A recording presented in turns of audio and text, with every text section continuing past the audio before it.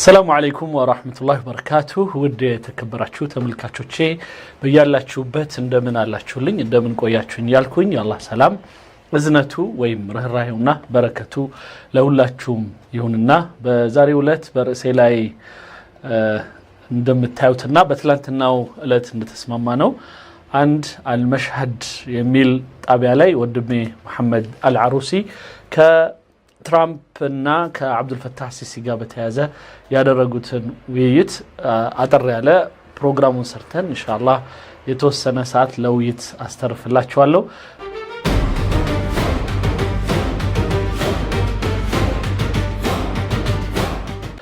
ትራምፕ አብዱልፈታህ ሲሲን ሰራለት የሚል ነው ወይም ደግሞ ጉድ ሰርቶታል የሚል ነው። ይህ የርዕስ የመጣበት ምክንያት አብዱልፈታህ ሲሲ ከትራምፕ ጋር በሚያደርገው ውይይት የወጡ ሚስጥሮች አሉ። ከዛ ውስጥ አንዱ አብዱልፈታህ ሲሲ ሂላሪን ሊያናግራት ፍቃደኛ አልነበረም ይላል። ሂላሪ ማለት ግን ግለሰብ ወይም አንዲት ሴት እንዲሁ ብቻ ሂላሪ ሊያናግራት አልፈለገም ተብሎ ብቻ የምትታለፍ ሴት አይደለችም። ሂላሪ የምትወክለው ሌላ ትልቅ የሆነ በአሜሪካ ከሪፐብሊካን ቀጥሎ በሀገር መምራት ደረጃ በጣም ለብዙ ጊዜ በነ ኦባማ በነ ጆ ባይደን በመሳሰሉት የሚታወቅ የሆነ የክፍለ ጊዜ ያለው አሁንም በሆነ ምክንያት መልሶ ሊመጣ የሚችል ትልቅ የሆነ ፓርቲ ነው። ሌላው አሁንም ቢሆን በአሜሪካ ፖለቲካ ላይ ትልቅ ውሳኔ መስጠት የሚችል የፓርቲ አይነት ነው። ተራ እንዲሁ አብዱልፈታህ ሲሲ ሊያናግራት አልፈለገም ወይም ሊያናግራቸው አልፈለገም ተብሎ ሚዘለል አይደለም። ስለዚህ በጣም ብዙዎች ከዚህ ጋር በተያያዘ የተለያዩ ቪዲዮዎችን እየሰሩ ነው። ናስር ሙሐመድ በዚህ ቪዲዮ ላይ ሰርቷል። ወንድሜ መሐመድ አልዓሩሲ በተወሰነ ደረጃ የተወሰኑ ነገሮችን ከዚህ ጋር ተያይዞ አመላክቷል። ለማንኛውም እንደ አንድ በርዕስ መልኩ እንያዘውና በሰፊው እንወያይበታለን። ወንድም መሐመድ አልዓሩሲ ያደረገውን ውይይት አይተን ጊዜ ከበቃን መሐመድ ናስር በተወሰነ ደረጃ እቺ ያነሳዋትን ርዕስ የሚያንሸራሽርባትን ፓርት አብረን እናያታለን። ለማንኛውም ወደ መጀመሪያው ፕሮግራም በቀጥታ ልለፍ። تصريحات الرئيس الأمريكي دونالد ترامب الأخيرة عن سد النهضة الإثيوبي طرحت من جديد احتمال عودة واشنطن كوسيط في الملف بين مصر وإثيوبيا. በኢትዮጵያና በግብጽ መካከል እንደገና በሽምግልና መልኩ አሜሪካ ልትገባ እንደምትችል በሚያሳይ መልኩ ዶናልድ ትራምፕ የህዳሴ ግድብን ጉዳይ ከአብዱልፈታህ ሲሲ ጋር ተወያይቶበታል ይለናል። لأنه أكد دعمه للأمن المائي المصري. ምክንያቱም የግብጽ የውሃ ደህንነት ጉዳይ ወሳኝ መሆኑን በድጋሚ አረጋግጧልና ይላል። القاهرة تلقت هذا الموقف كإسناد استراتيجي ودبلوماسي لها. ካይሮ በዚህ ምክንያት ይህንን የዶናልድ ትራምፕ ንግግር አሜሪካ ለሷ ደጋፊ አጋዥ እንደሆነ አድርጋ እየወሰደችው ነው። بينما ينظر الجانب الإثيوبي كلامه بتوجس معتبرا إياه انحيازا يمس بحقوقه التنموية والسيادية. በኢትዮጵያ በኩል ደግሞ ንግግሩን ያን ያህል ትልቅ ቦታ ባይሰጡትም ነገር ግን ለግብጽ ያገዘ የሆነ ወይም የወገነ የሆነ እና ሐቅን ያዘነበለ የሆነ ከፍትህ የራቀ የኢትዮጵያን የልማት አቅጣጫ ግንዛቤ ውስጥ ያልከተተ ተራ ንግግር ብሎ አልፎታል። عشان نفهم معي من القاهرة المحلل السياسي ومدير تحرير جريدة الأهرام السيد محمد أبو الفضل ومن أدس እንግዲህ محمد سيد الفضل የሚባል ሰው ይህ የአልአህራም እንዳልኩት አህራም የሚያመርታቸው ሰዎች አሉ። አህራም عنده ناس يعني يوظفهم للأكاذيب على الملأ يعني يعبيهم يعطيهم مرة يعني شوية صعد ومرة خفض وهكذا تنش ጊዜ አጋግሉት ይላቸዋል። አንዳንድ ጊዜ ደግሞ አብርዱት እያለ የሚለካቸው የሆኑ አህራም እንትን ማዕከል ውስጥ የሚመረቱ የሆኑ ሰዎች አሉ እና እዛ ላይ ሪሰርች ያደርጋሉ ከዛ በኋላ መንግስትን በዚህ በኩል ምን እንበል ይሉታል የመንግስትን አቅጣጫ ይነገራቸዋል በዛ ላይ የዓለም መድረክ ላይ እየቀረቡ ይቀድዳሉ ማለት ነው በቃ የፈለጉትን መንግስት የሚፈልገውን የውሸት ነገር እየነገሩ ዓለሙን በተለይ አረቡን አካባቢ እያምታቱ ይኖራሉ እና ይሄንን ተግባር ከሚሰሩት አንዱ ነው በጣም ውሸታም በጣም ሲናገር በጣም የሚዘገንን የሆነ ፍጥነቱ ምኑ እና ደራርቦ ነገሮችን የሚናገርባቸው ሁኔታዎችን የምናቀው ሰው ነው بابا السيد محمد العروسي النائب في البرلمان الاثيوبي اهلا ሌላው ከአዲስ አበባ ወንድማችን መሐመድ العروسي ከፓርላማ የኢትዮጵያ ፓርላማ አባል የሆነው ወንድማችን ይሳተፋል بضيفيه هبدا مع السيد محمد ابو الفضل كيف تقرا حضرتك ما قاله الرئيس ترامب والموقف المصري بعده اللي واضح انه كان مرحبا بالذات الجمله اللي قال فيها انه اثيوبيا لم تعامل مصر في الملف المائي بانصاف اتفضل يا فندم በዶናልድ ትራምፕ በኩል የተሰማው ንግግር አይተናል በዋናነት ኢትዮጵያ በፍትሃዊ መልኩ ወይም በጥሩ መልኩ ግብጽን አላስተናገደቻትም በዚህ የውሃ ጉዳይ ብሎ ተናግሯል ይሄ ግብጽም ሁሌ እንደ አቋም የወሰደችውና ሁሉ ጊዜ የምትለው ነገር ነውና من تسمعوا ليست هذه المرة الأولى التي تحدث فيها الرئيس الأمريكي دونالد ترامب عن مسألة سد النهضة بهداسيو قدب قداي دونالد ترامب لما جمرا ጊዜ አይደለም የሚናገረው عن الغبن الواقع على مصر والظلم وعدم العدل هذه በፍትህ ጉዳይ እንደ ተጎዳችና እንደ ተበደለች ግብጽን አስመልክቶ ብዙ ጊዜ ተናግሯል هي ربما المرة الثالثة أو الرابعة منذ جاء الرئيس ترامب ይሄም ዶናልድ ትራምፕ ወደ ስልጣን ከመጣ ጀምሮ ምናልባትም ይህ 3 ወይ 4ኛው ጊዜ ነው ይህ ነገር سينغران في فترة ولايته الثانية ناهيك عن تصريحات من وزارة الخارجية في مقدمتها تصريحات على لسان مسعد بولس قبل حوالي شهر عندما كذا بفيت دغمو بأمريكا የውጭ ጉዳይ ወኪሎች በኩል ሌሎችም እንደዚሁ በተለያየ መልኩ ስለ ግብጽ የውሃ መብት ጉዳይ ሲያነሳሱ ነበር بل وفد اثيوبي برئاسة وزير الخارجية الاثيوبي في واشنطن كانت هناك تصريحات إيجابية أيضا حول مسألة التدخل لحل أزمة سد النهضة እንደዚሁም አሁንም የኢትዮጵያ የውጭ ጉዳይ ሚኒስትርና ሌሎች ልኡካን አብረው ወደ አሜሪካ በሄዱም ጊዜ እንደዛው የኢትዮጵያ ልኡክ ለሆነው ሳይቀር በአሜሪካ በኩል በዚህ በውሃ ጉዳይ ላይ ማከለኛ የሆነ ጫውታ ሊጫውቱ የሚፈልጉና ሊያስታርቁ ነው የሚፈልጉ ገልጸዋል بالتالي من الطبيعي أن ترحب مصر بالدور الأمريكي الدور الأمريكي إذا تحرك دبلوماسيا وسياسيا قد يكون أو قد يواصل ما بدأه الرئيس ترامب في فترة رئاسته السابقة ስለዚህ ግብጽ የዶናልድ ትራምፕን እንዲህ አይነቱን መልካም እይታና ወይም በጉዳዩ ላይ የሚያደርጋቸውን እንቅስቃሴዎች አለ መደገፍ አትችልም ምክንያቱም ከዚህ በፊትም ዶናልድ ትራምፕ ጥሩ የሆነ የውይይት መድረክ አሲዞ እንደቀጠለ እናውቃለን قدم أو استضاف عدد من جولات التفاوض بين مصر وإثيوبيا والسودان وتبلورت هذه اللقاءات أو المحادثات فيما يسمى بوثيقة واشنطن وعندما جاء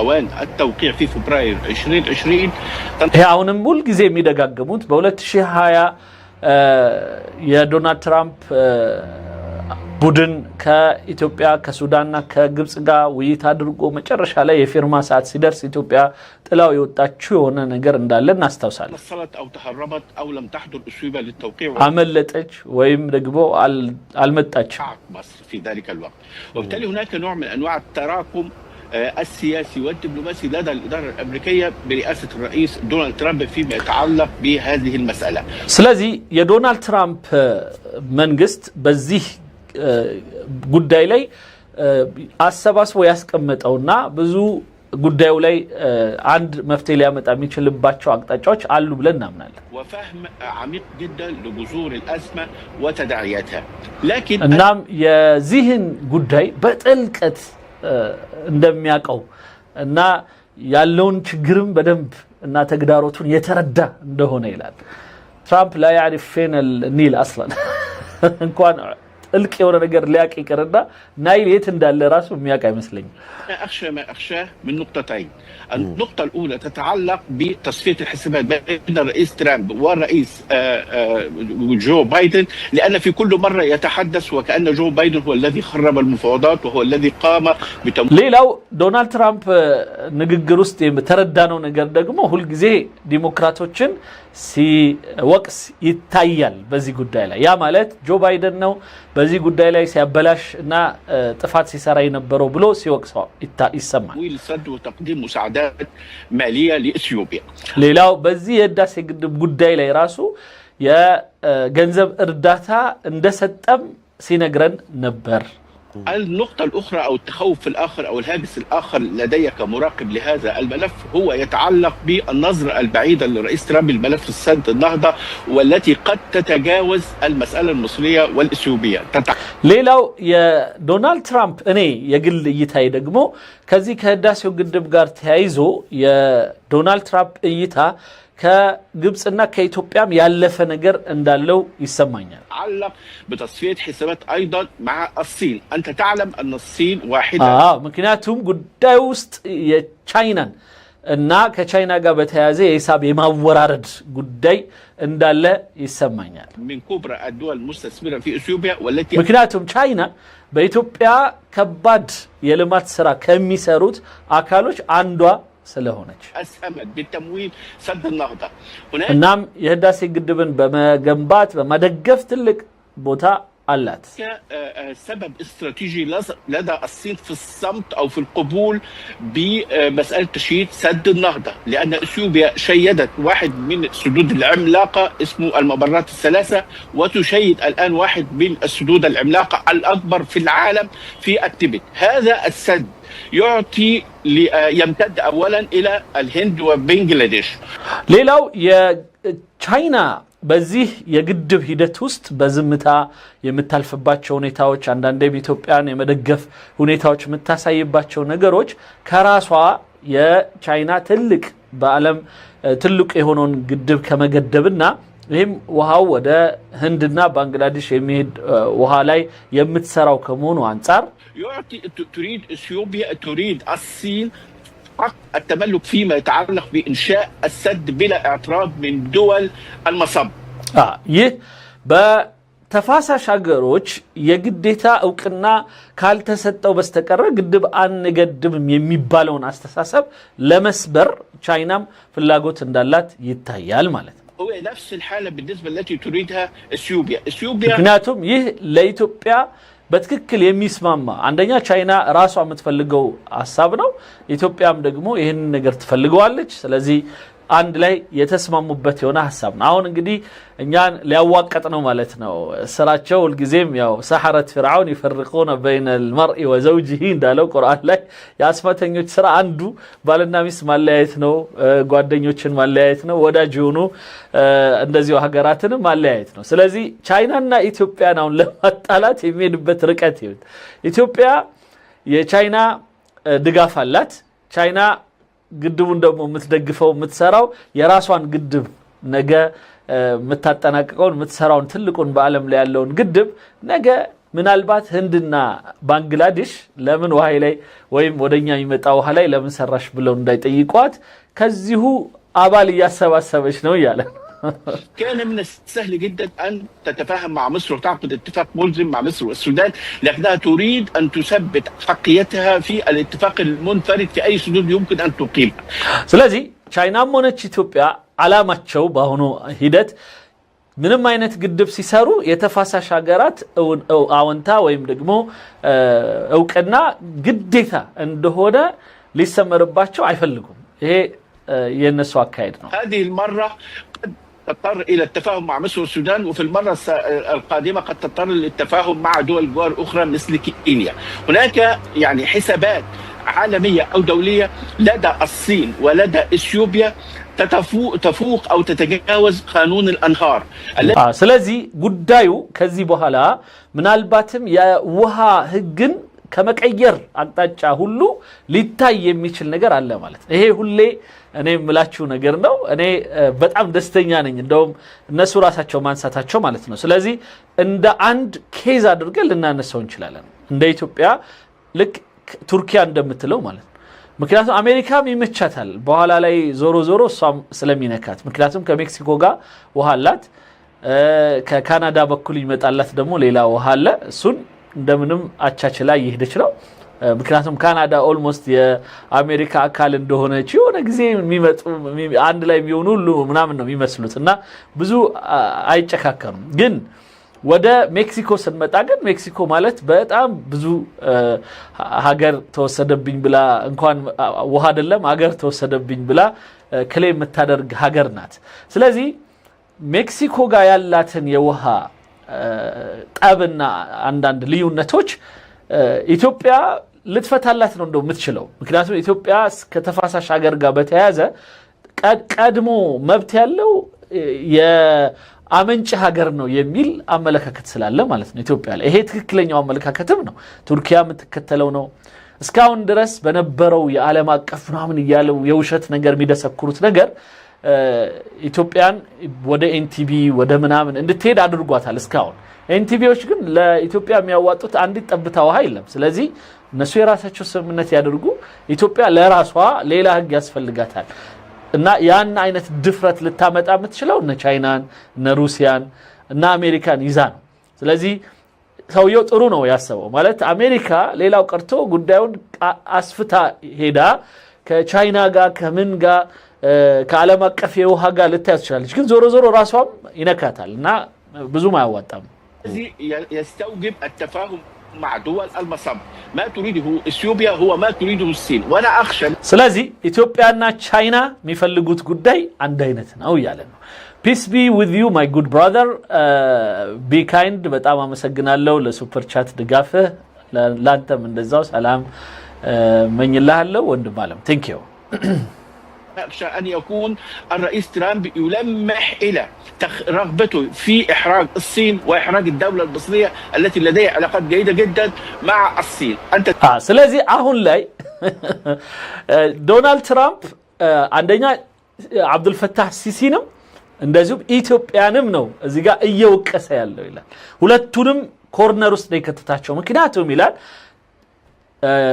عبد الفتاح السيسي ከቻይና ጋር በጣም ከፍተኛ ግንኙነት አለው በጣም ብዙ ፕሮጀክት እየሰሩለት ነው ቻይናዎች ኢትዮጵያም እንደዛው ቻይና በደንብ ብዙ ፕሮጀክት እየሰራችላት ነው ስለዚህ ሁለቱም ከቻይና ጋር ያላቸውን ግንኙነት ትንሽ ቆም ብለው እንዲያስቡበት يفلقال دونالد ترامب تعلم أيضا لا أريد الاسترسال في هذه المسألة خاصة أن المعلوم أن الصين لديها علاقات قوية جدا مع الدول الإفريقية وتنمو باضطراد فيما يتعلق بالتعاون الاقتصادي والتعاون في مجالات أخرى تنموية وبالتالي ليلو كذيو غارتايزو يا تشاينا نا أمريكا بأفريكا لاي بميتايبت وقت أفريكا وسط بلمات አልቆ በመግባት ቻይና በጣም ትልቅ ቦታ ይዛለች ስለዚህ ይሄ ነገር የአሜሪካንን የሆነ ነገር ያነቃቃል ማለት ነው حديث الرئيس ترامب يمكن أن يهمس بشكل أو بآخر إلى هذه المسألة وإلا إذا